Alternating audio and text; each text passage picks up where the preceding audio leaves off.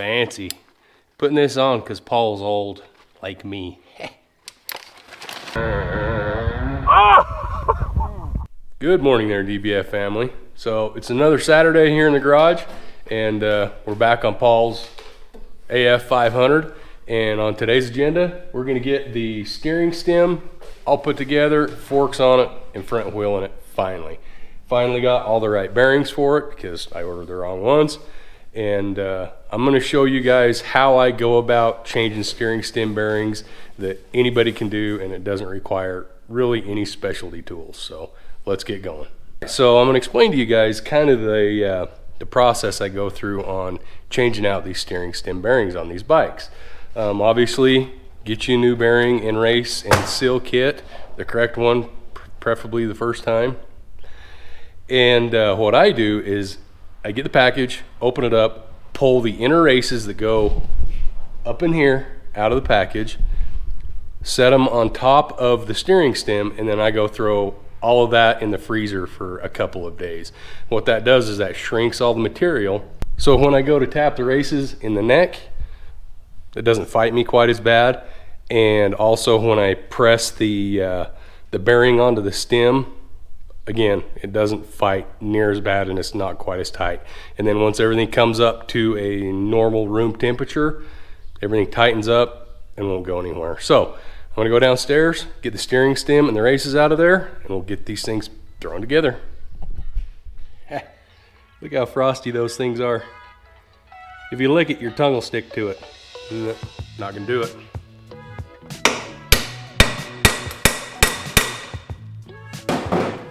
Sweet.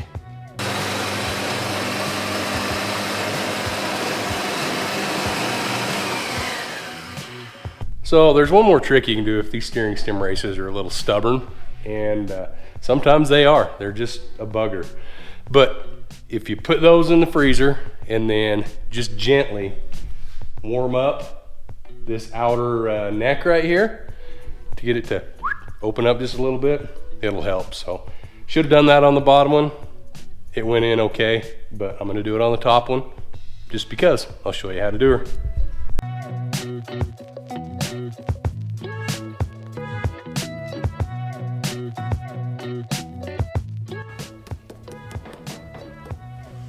Warmish.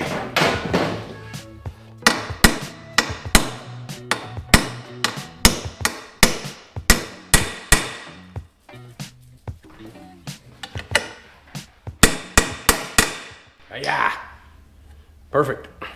All right, so next step, we got to press the bearing and the seal onto the lower side of the steering stem.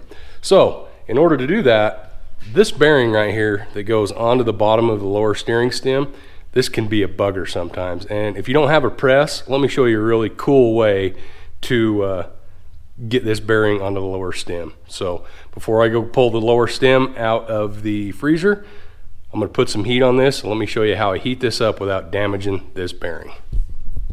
So I always keep the inner race to any bearing that I pull off of the steering stem just for this reason.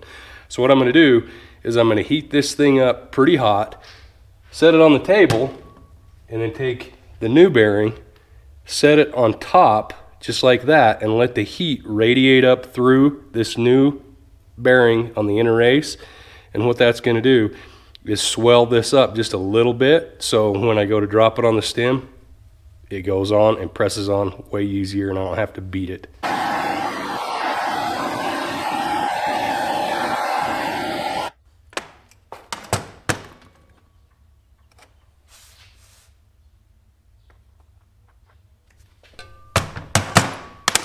Ooh, that's cold.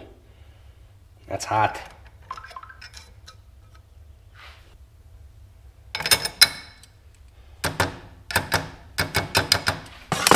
Like it.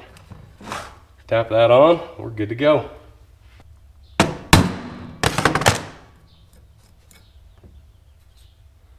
Perfect. Pack that with a little bit of grease. She's ready to go in. Definitely cold.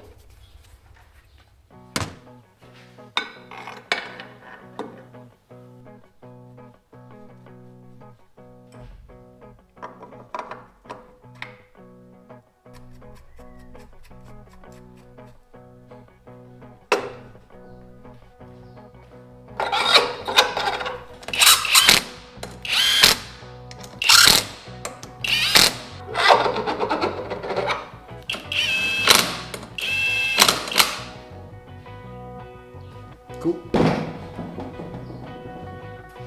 Went and found the front axle for the front wheel, and check this out. Oh yeah, I don't know if you guys can tell, but they tried to force that axle to do something it was not meant to do. Look at that. It's all mushroomed out on one edge, and yeah, you don't have to force things, people. If it doesn't go the first time, maybe there's something wrong. So I'm gonna put this in the lathe, trim that up a little bit just so it looks better and it actually seats down inside the fork, and we'll throw the front wheel on.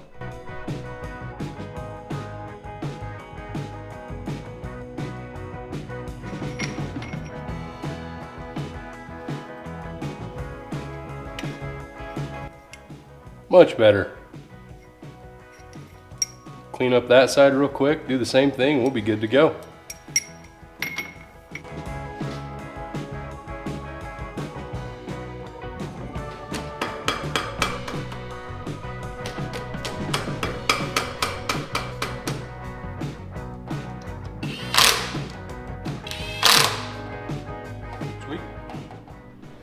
All right, before we get going any farther on Paul's bike, I just got to give a little shout out to some of these vendors who have reached out to me and want to send me free tools and whatnot. So the first one is this, let's see, King Bowen. I guess you can get these on Amazon. This is a battery tester, battery analyzer, I guess. I don't know. Thank you. We'll give it a shot and try it out. One thing about it, if you guys know me by now, that I'll take free tools all day long, but if they're a piece of junk, I'm not going to promote them. So we're going to check these out and we'll let you know whether they're good or bad. I don't know, jury's still out on that. Second vendor is this Vevor, I guess is how you say it, Vevor. And I believe they sent me a polishing kit buffer. This is a motorcycle stand in this one, and believe it or not, that one's a hydraulic shock press. So let's get these things unboxed and see what they look like. Instructions, don't need those.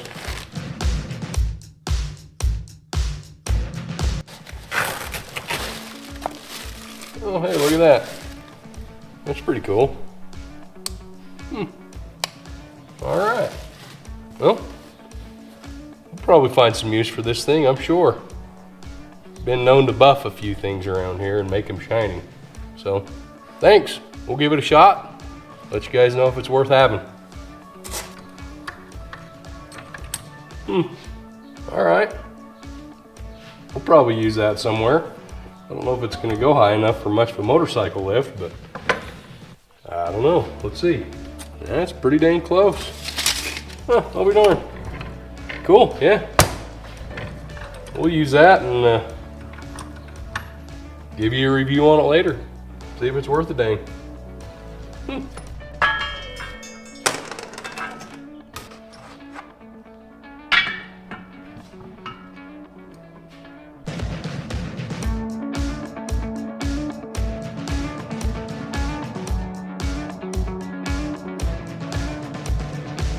Well, I'm not real certain how any of this new equipment tooling will hold up. I'll give it a shot and let you guys know, but like I've said before, if you guys want to send me stuff, go ahead and email me or go to my Instagram. Email is dirtbikefabrication@gmail.com, and Instagram is dirtbikefab, @dirtbikefab. But if you guys do want to send me stuff, just be prepared. I'm gonna ask you, do you care if I'm very honest about it? I will be honest about this equipment, good or bad. So keep that in mind before you message me. Thanks guys, we'll let you know how this is. All right. Back onto Paul's bike. Now, time for handlebars. Check these out. These are Phoenix handlebars. I can't remember what their bend on these are. I'll have to look it up and type it in right here.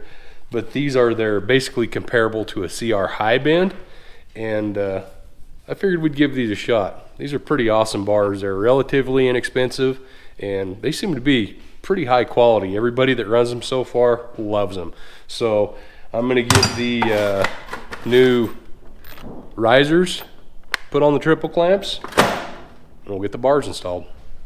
So as you can see here, we're gonna go from a 7/8 bar to an inch and an eighth bar. Sorry, I know these lines are right here in the screen. Sorry, can't help that. It's my lights. They give off a funny boo. But anyways, 7/8 bar to inch and an eighth bar, which these are inch and an eighth, just a lot stronger. One thing cool about these, like the factory, is they are offset, so you can place the bars forward or back. We're gonna place these bars like this, so they're placed forward just a little bit because Paul's a fairly tall guy and he's probably got a little longer reach than I do. So we'll try him forward. If he doesn't like them, we'll swap him back.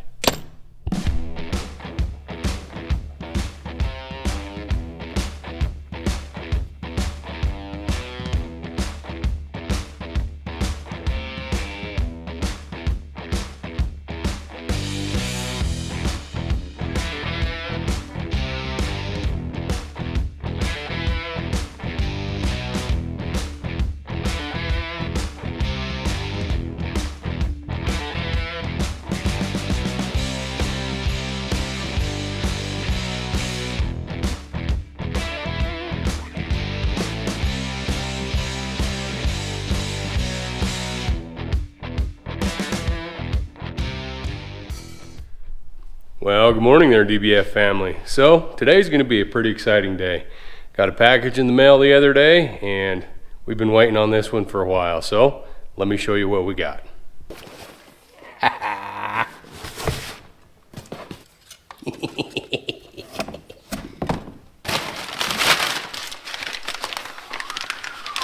Ooh, fancy. Putting this on because Paul's old like me. So, like I said, this is pretty exciting. Been waiting on these for a couple months now. And got to give a huge shout out to Dave at Lindsay Machine Racing up in northern Utah. They are the guys, they are the only ones I will let do machine work on my dirt bikes. Dave and his sister Kristen and the whole crew up there, they are just absolutely amazing. They do phenomenal work. And, you know, it takes a minute because they're busy. And they're busy for a reason because they're the best in the business. So that being said, let me flip the camera around and show you what we got going on. So what we got here, two CR500 top ends and bottom end crank. So this motor right here, crank, jug, cylinder head, are going on Jace's build that we got coming up here shortly.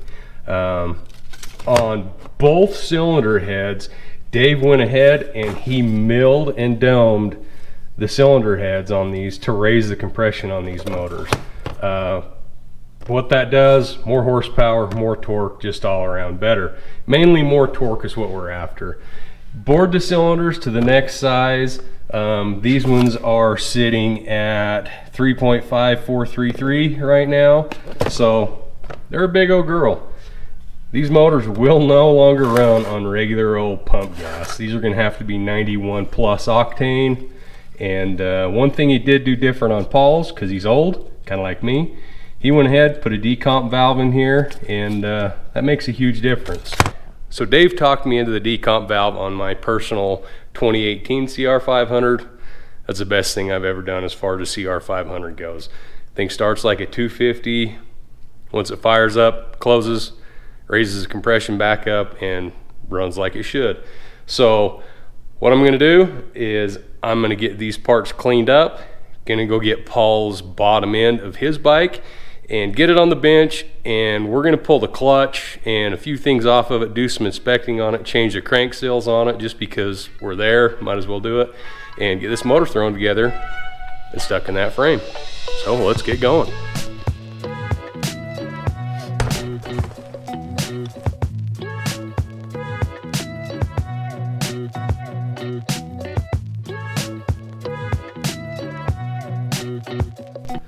So if you guys remember, when I first started this project years ago, this motor was actually brand new. But over time, sitting, condensation, whatever, got a bunch of moisture in the cylinder, so that's why I sent the cylinder off and just kind of touch it up. So the bottom end on this thing's good, but it does have some time on it. So while I got it apart and somewhat disassembled, I'm gonna go ahead and pull the right-hand side off of the cover, and we're gonna inspect the clutch, change the crankshaft seals in this thing, throw a new ignition on it, which is an awesome ignition. Running on my bike, that's why we're running on this one. Been so impressed with it. And just kind of touch this thing up. While I have it apart, probably put a coat of fresh satin black paint on it so it just kind of helps it pop. And we'll assemble the top end, and then we'll throw the thing in the chassis. So I'm gonna get this case tore apart on this thing, see what it looks like.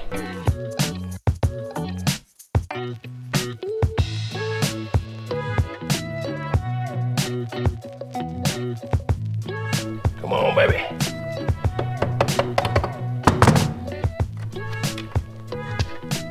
Dun, dun, dun.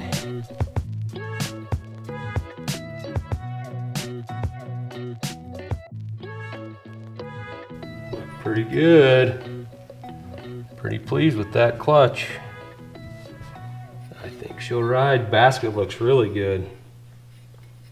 Cool. We can put that back together and change that crank seal. Everything inside of here looks really good. I mean, a little bit dirty from the transmission oil, but the clutches all look really good. Mic'd them out. They measured out well within specs. The clutch basket looks great. I mean, everything looks good. So one thing I like about these CR500s is the accessibility to change the crank seals. Now, like I said before, these are fairly new, but it's been sitting a long time. So I went ahead, bought brand new Honda factory crank seals. And what's cool about these is you don't have to split the inner cases to change these seals. All you got to do is pull the clutch, pop that gear off, pop the seal out, pop the new one in, and done deal. So I'm gonna go ahead, pull that, put that in, and we'll reassemble this clutch and put the side cover on, do the other side, and we're good to go.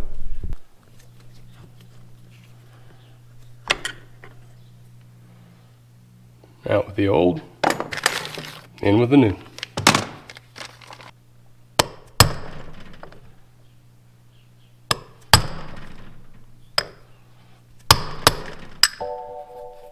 Perfect.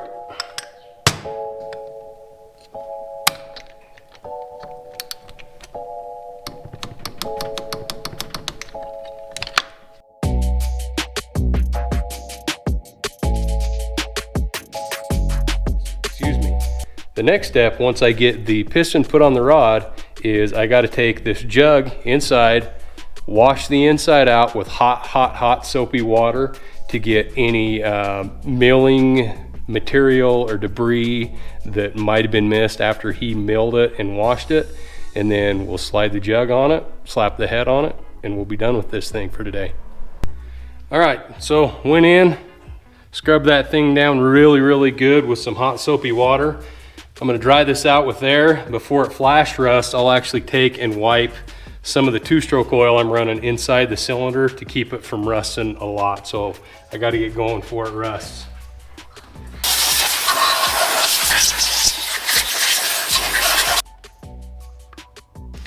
Now, the reason I'm doing this on this cylinder is CR500s actually have a steel sleeve cylinder versus a lot of your modern bikes, and a lot of the CR250s and Japanese bikes back in the day had a Nikasil style cylinder, which was not a steel sleeve cylinder. So that's another reason I really like these motors, is because as long as the bore or the sleeve has enough material, you can just go bigger and bigger and bigger and bigger on boring them out instead of having to have them replated like you do with the Nikasil style cylinders. So I'm gonna get some oil wiped on this thing, get some oil wiped on the piston, and we're gonna install a jug.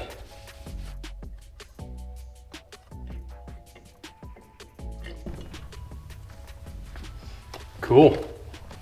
Get some bolts on it, suck that thing down.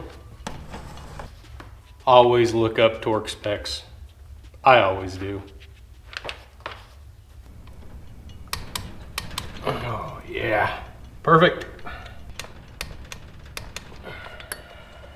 Get the jug bolted on and torqued down, now's a really good time to cycle the motor and just make sure the piston moves up and down and the rod moves up and down freely without any binding. So look at this.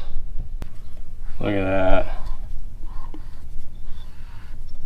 I mean, that's about as easy as it gets right there. Should be a good smooth running motor. Let's get the head slapped on this thing.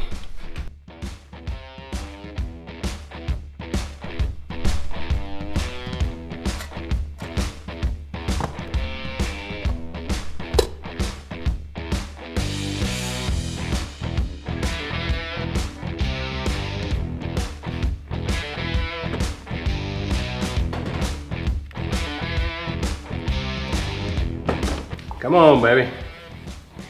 Go to your home. Too good for your home. Yeah. Dun, dun, dun. Cool. Looks like it was meant to fit in that thing. Rattle some bolts tight. This baby's in.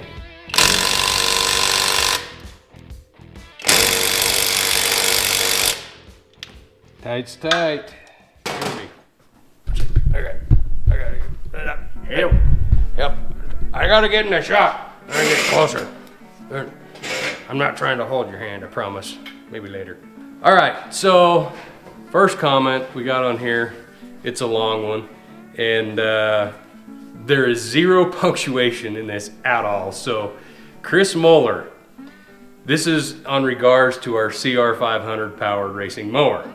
It's people like you that room, R-O-O-M, room lawnmower racing putting a motorcycle engine does not. It's not called One More Racing. That's a motorcycle racing. The rules state in lawnmower racing, you have to keep the original engine in the lawnmower. You cannot bore or alter any of the engine. You can make it faster by police.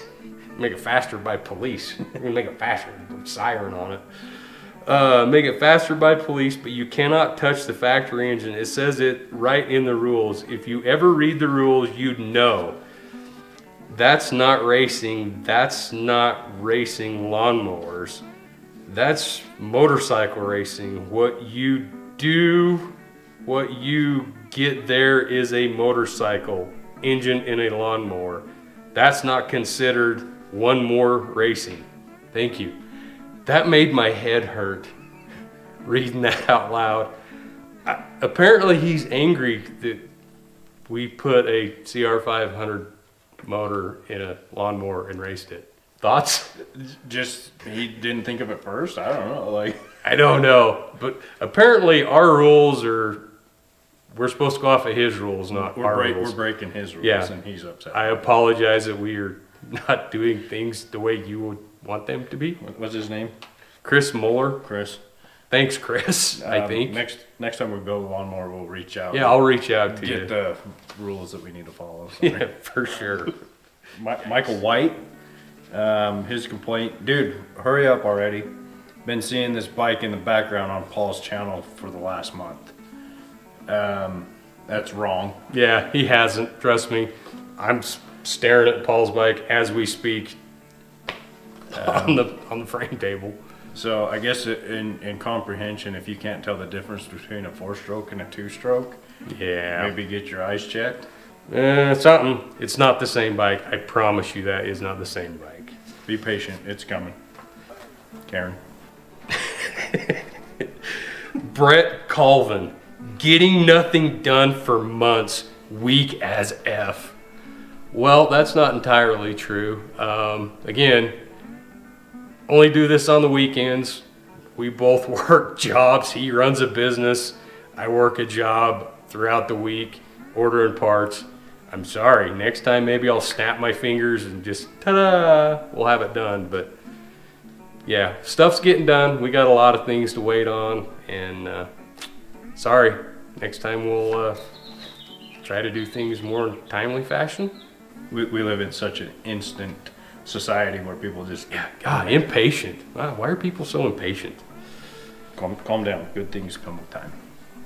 Calm down. Karen. All right, go for it. These are great. Zach Vapor. He's a vapor. Sloppy work. Can't even cut the hoses clean. Not to even talk about the welding.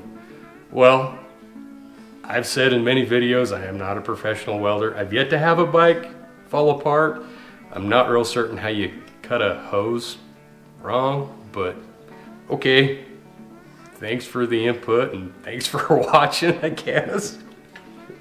I guess this one kind of bounces off the one you read just before this one. Dr. Huggog Hackenbush.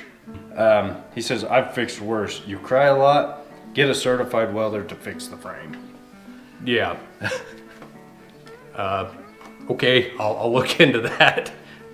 Not the kind of guy, we're not the guys to hire stuff out, so sorry about crying a lot. Didn't mean to hurt your feelings. I'm not for sure what he was crying about. I never heard him complain once, but Me neither. like Kevin stated, he's never had a frame fall apart. I think for both of us, we've welded lots of different things up, and A lot. Yeah. Not certified, but I'd put my welds up against some of the best, but yeah, for sure. I'd put Kevin's welds up against a lot of people. He's an amazing aluminum welder. So Well, appreciate that. Should I read this one? Oh man, this is from Nick Morey. Nick Mornry. You guys suck more than Dylan Mulvaney. Steer with the rear. No talent, ass clowns.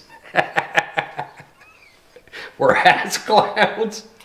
I'm not sure if he's, I mean, relating steer with the rear, ass clowns, Dylan Mulvaney.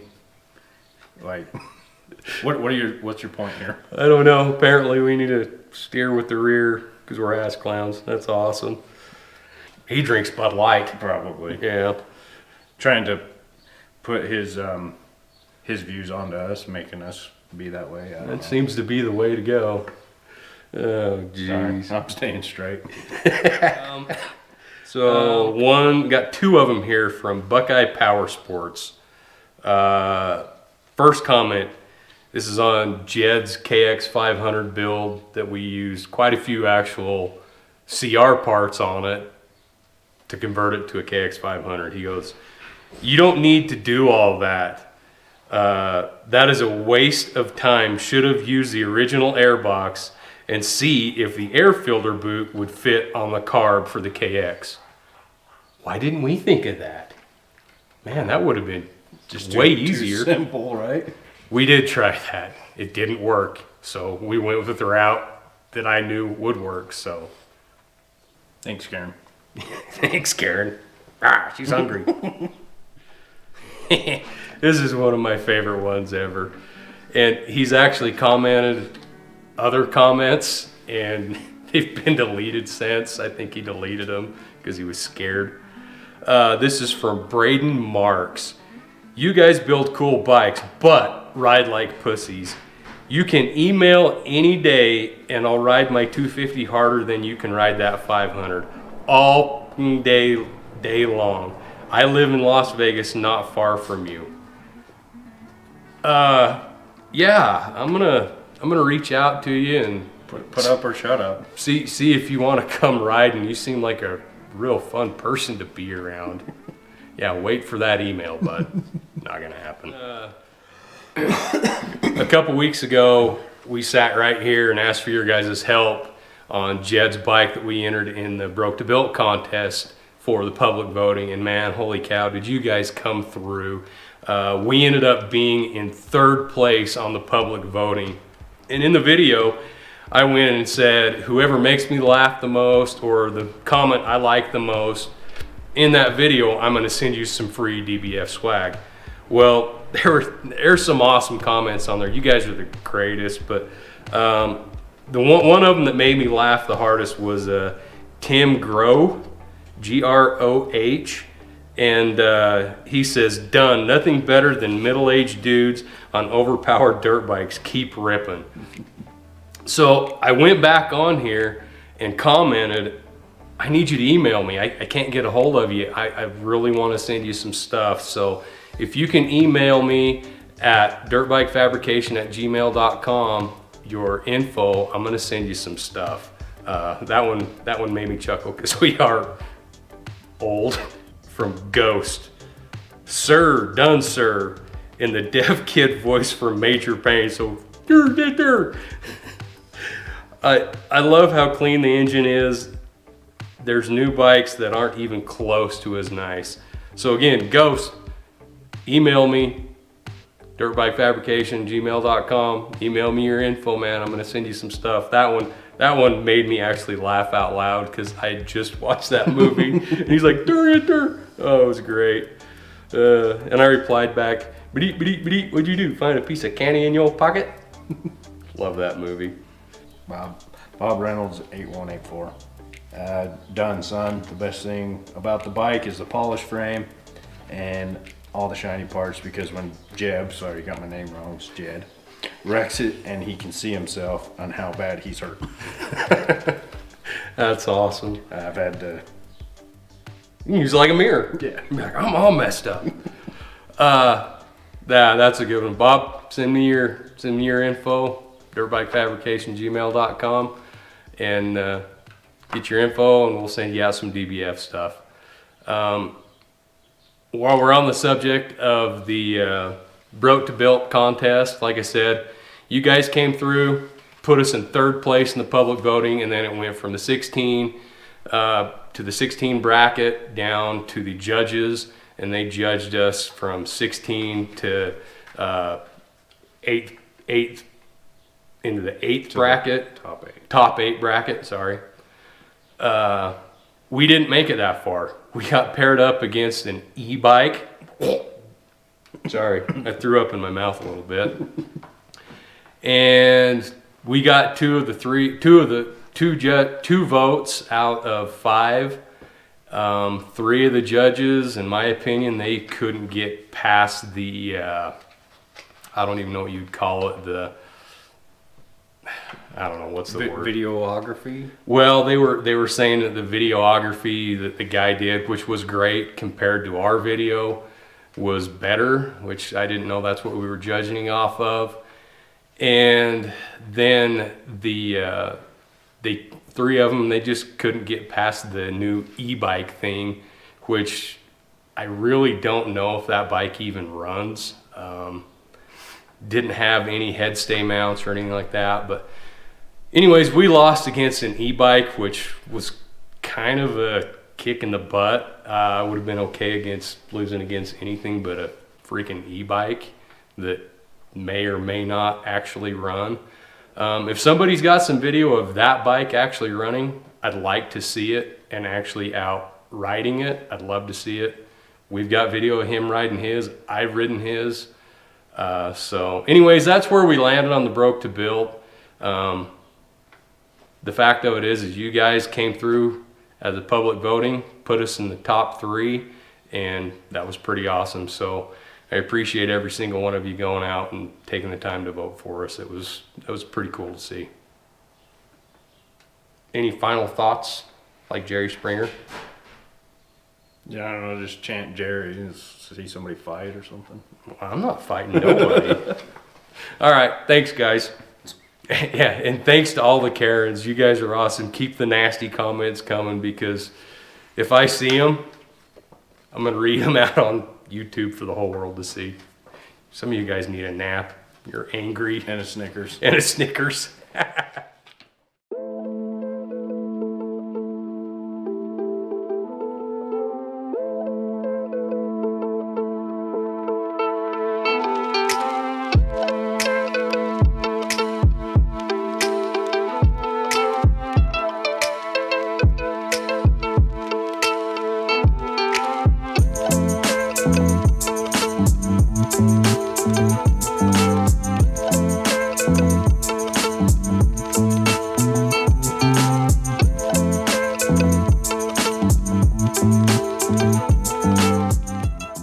Well, I think we're gonna call her a day today. Jed came out, and man, I'm super grateful for his help today, because we got a lot done. It may not look like we got a ton done, but holy cow, all the little parts and pieces that need to be refurbished and cleaned before it goes back on, it take a ton of time. Waiting on a few parts to make this thing run, obviously. Got to put it together in the right stages. You're tearing it apart to put it back together. A couple things we're waiting on, but on the next video, I promise you this thing will fire and will make noise. So thanks for watching, and we'll catch you all on the next one.